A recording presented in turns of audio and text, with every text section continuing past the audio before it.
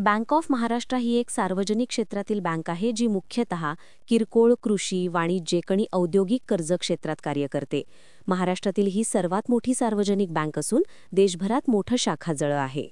बँकेच्या मुख्य ताकदी: नफा आणि कामगिरी मजबूत, आरओई सुमारे 22.4% आहे.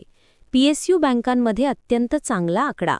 FY26च्या Q1 मध्ये बँकेने सुमारे 1,593 कोटी रुपये निव्वळ नफा दाखवला, जो मागील वर्षाच्या तुलनेत 23% वाढ दर्शवतो.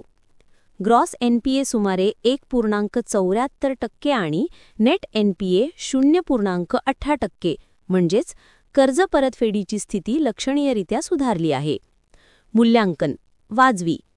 पी रेशिओ फक्त 7-8 पट, इतर बँकांच्या तुलनेत कमी.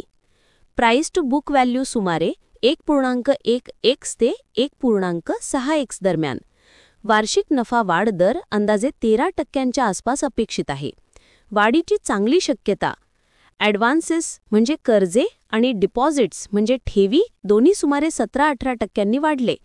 किरकोळ म्हणजे रिटेल बँकिंगचा हिस्सा वाढत आहे, ज्यामुळे जोखीम कमी होते. स्थिरता: बीटा सुमारे 0.65 म्हणजे शेअर बाजारापेक्षा कमी चढउतार असलेला शेअर.